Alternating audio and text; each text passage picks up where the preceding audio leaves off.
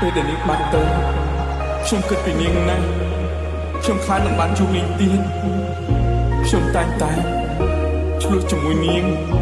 តែតាមពិតពេលដែលពួកយើងនៅជាមួយគ្នាខ្ញុំរីករាយនឹងមានក្តីសុខជាងគេ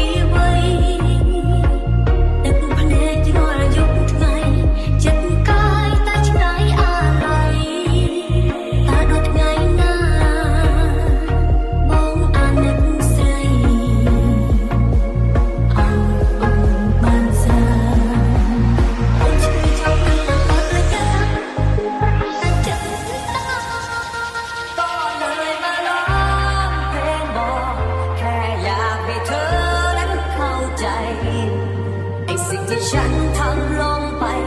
ใจสั่งมา